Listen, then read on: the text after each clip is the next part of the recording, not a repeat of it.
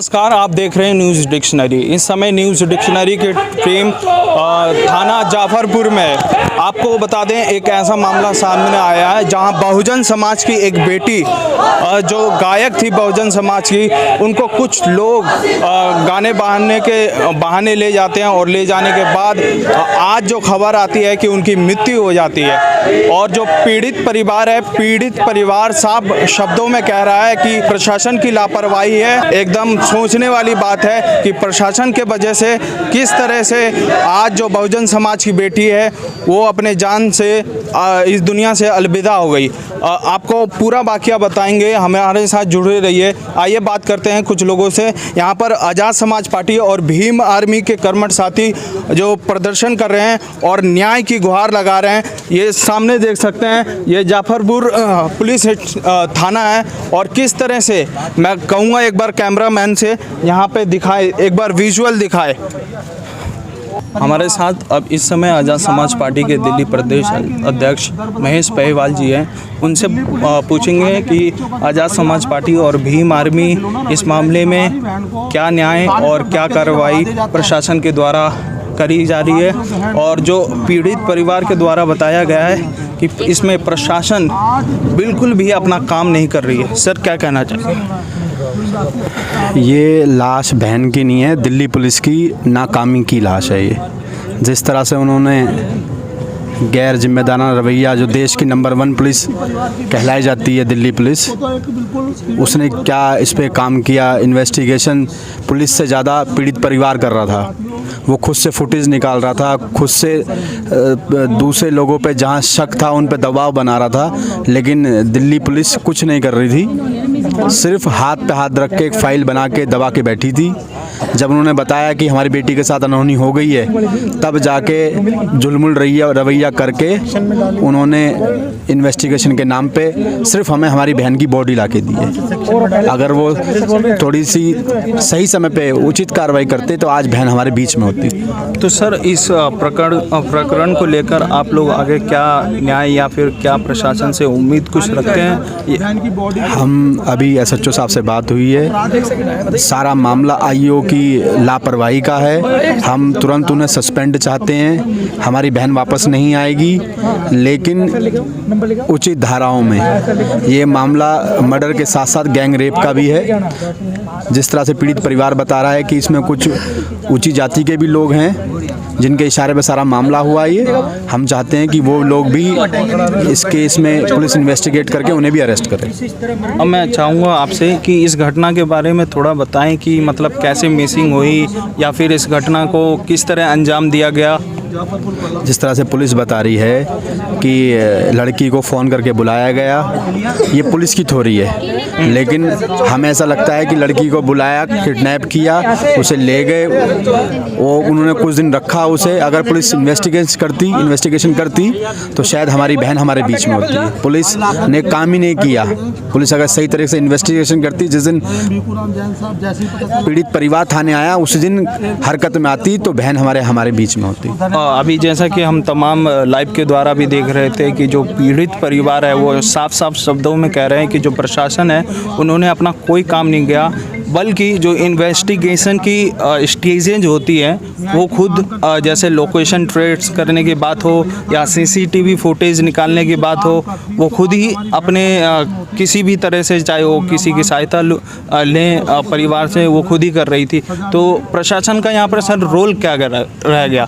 जहाँ हम दिल्ली कैंट में भी देखते हैं, हाथरस का भी केस देखते हैं। आखिर बहुजन समाज इस तरह की स्थिति या फिर इस तरह का घटना कब तक फेस करता रहेगा?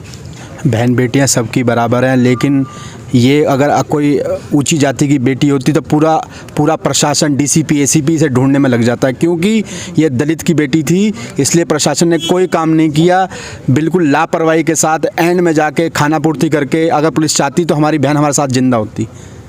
ये बॉडी ढूंढने गए हैं सिर्फ जो एंड में आके। अगर शुरुआत में जिस दिन कंप्लेंट है उस दिन ही कार्रवाई करते, भागदौड़ करते, तो ये हादसा ना होता।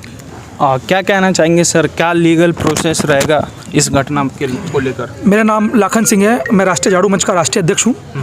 मैं आपको बता दूँ, वो ज्ञानवापी मस्जिद के अंदर तो 500 साल पुरानी मस्जिद को ढूंढ लेते हैं, मंदिर को ढूंढ लेते हैं, और ये 4 दिन पहले गुम हुई लड़की को ढूंढ नहीं पा रहे हैं। तो ये समझते हैं कि जाति देख के इस देश के अंदर न्याय चल रहा है, कि जाति देख के लोगों को पीटा जा रहा है, लोगों को मारा जा रहा है। दिल्ली के अंदर एससीओ के लिए अलग से कोर्ट का प्रावधान होने के बावजूद भी अभी तक दिल्ली के अंदर कोर्ट नहीं बनाई जा रही है। एक्सक्लूसिव स्पेशल कोर्ट का निर्माण 2016 में हो चुका है, उसके बावजूद एससी के लिए कोर्ट नहीं बन रही है। एससी एसटी कोर्ट की बात नहीं कर रहा हूँ मैं, जो स्पेशल सिर्फ एससी के मुकदमे चलेंगे वो कोर्ट निर्माण नहीं की जा रही है। अब ये देखिए आईओ का पूरा संदिग्ध इसके अंदर दिखाई दे रहा है साफ साफ कि किस तरीके से अगर उसने एक्शन लिया होता टाइम पे तो ये बेटी जिंदा होती। तो ये पूरा का पूरा मामला जो है वो कुतुब मीनार को बता दिया उन्होंने कि भैया विष्णु का स्तंभ है, वो 5000 साल पुराना इतिहास बता रहे हैं, ये 4 दिन पहले गुम हुई लड़की नहीं मिल रही। क्योंकि सारा टेक्निक होने के बावजूद, सारी समस्या का समाधान करने के बावजूद भी जानबूझकर सिर्फ जाति को ध्यान में रखते हुए इस तरीके से काम किया जा रहा है। अगर ये जाति, अगर आपने देखा हो निर्भया कांड के अंदर 18 घंटे के अंदर पुलिस ने कार्रवाई कर दी, 18 घंटे का दोषी को ढूंढ लिया गया। और यहाँ 4-4 दिन 5-5 दिन जब लोगों को रोड पर उतरना पड़ता है, खासतौर पर जो एससी की लड़कियाँ होती हैं उसके लिए न्याय मांगने हमेशा रोड पर उतरना पड़ता है, चाहे वो दिल्ली कैंट का मामला हो, चाहे हाथरस का मामला हो, चाहे वो त्रिलोकपुरी का मामला हो, अब ये रावता गांव का मामला हो। जितने भी मामले हुए एससी के लोग जब तक रोड पर नहीं आते हैं तो पुलिस सुनती नहीं है, न्याय नहीं मिलता है। ये कब तक चलेगा? आज इस देश के जो लोग हैं, जो नौजवान साथी है, वो जाग चुके हैं। आने वाले समय के अंदर ये जो बहुजन आंदोलन है या ये जो इस देश के अंदर गरीब जो व्यक्ति है वो करवट ले रहा है, और करवट से इनके सबसे बड़ी समस्या यही हो रही है किस तरीके से इन लोगों को रोका जाए। ये मामला रुकने वाला नहीं है। तमाम संगठन के लोग यहाँ मौजूद हैं और ऐसे ही पूरे देश के अंदर हम लोग तमाम मुद्दों पर इसी प्रकार से मांग और न्याय की जांच करते रहेंगे। और ये केस हम लोग चाहते हैं एक्सक्लूसिव स्पेशल कोर्ट के अंदर चले, उसकी मांग राष्ट्रीय झाड़ू मंच करता है। लंबे समय से हम लोग करते आ रहे हैं और आज दोबारा इस जाफरपुर थाने के अंदर हम लोग बैठ के इस मांग को दोबारा आप लोगों को सामने बताना चाहते हैं कि अगर ये केस उस कोर्ट के अंदर चलता है तो 2 महीने के अंदर दोषियों को फांसी हो सकती है। अदरवाइज तो आप देख रहे हैं नांगलकांड को कितना टाइम हो चुका है, कोई फांसी नहीं हुई है, चल रहा है केस। तो चलता रहेगा जब तक सही जगह पर हथौड़ा लग के जांच नहीं की जाएगी, जब तक चलता रहेगा। हमारे साथ नरेंद्र भिखुराम जैन जी भी जुड़ चुके हैं, उनसे भी बात करेंगे कि आखिर इस तरह की घटना होती है, होने के बाद भी प्रशासन चाहे कोई भी केस देखें, बहुजन से जुड़ा हो, कहीं भी मुद्दा हो, ऐसा ढीला कार्रवाई क्यों चलता सर?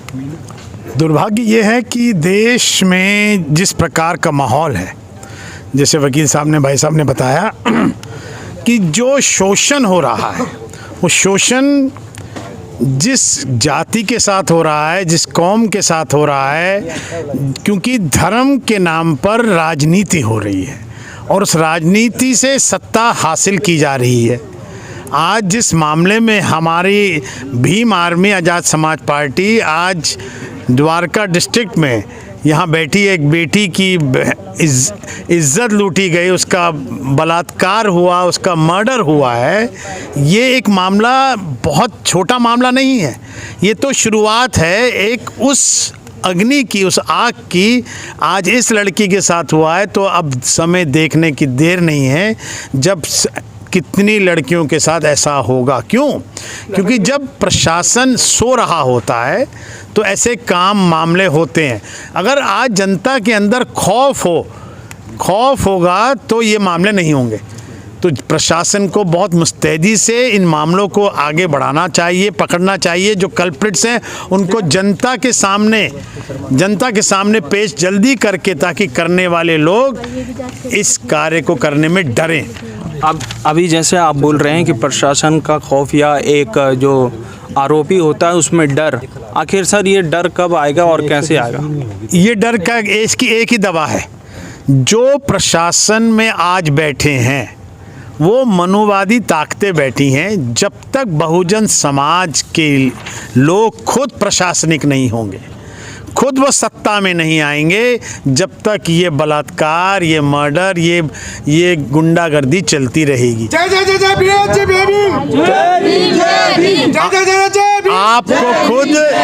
आपको खुद सत्ता में आना पड़ेगा, जिसकी अलग हमारे राष्ट्रीय अध्यक्ष चंद्रशेखर साहब ने उठाई है कि तुम खुद अपना निर्णय करो, खुद अपने ऊपर प्रशासन करो, खुद अपने कानून बनाओ। अभी कोई कानून आपके लिए नहीं है, आपके लिए कोई प्रशासनिक कार्रवाई नहीं है। आप इसी तरह सड़कों पर बैठे रहो और अपनी बहन बेटियों की इज्जत लुटवाते रहो और उनके लाशों के सामने ऐसे पुलिस स्टेशनों में बैठे रहो। जैसा कि आप देख रहे हैं जो वाक़या आज इस समय हुआ, एक बहुजन समाज की बेटी आपके सामने जान गंवा दी, इस दुनिया से चली गई और जो प्रशासनिक कार्रवाई थी वो बिल्कुल नहीं हुई। आखिर कब तक बहुजन समाज इस तरह की स्थिति से गुजरता रहेगा? न्यूज़ डिक्शनरी देखने के लिए बहुत बहुत धन्यवाद। न्यूज़ डिक्शनरी, खबर जो आपको भाए।